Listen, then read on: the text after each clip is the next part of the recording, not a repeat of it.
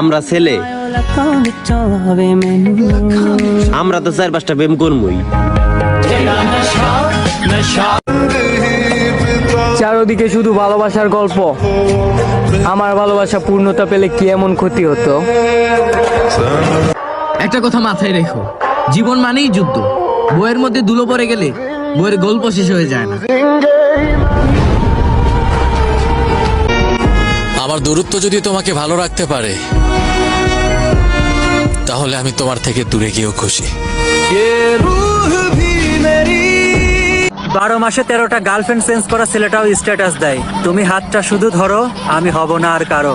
ভাইয়া, ওটা তোর হাত নাকি পাবলিক বাস?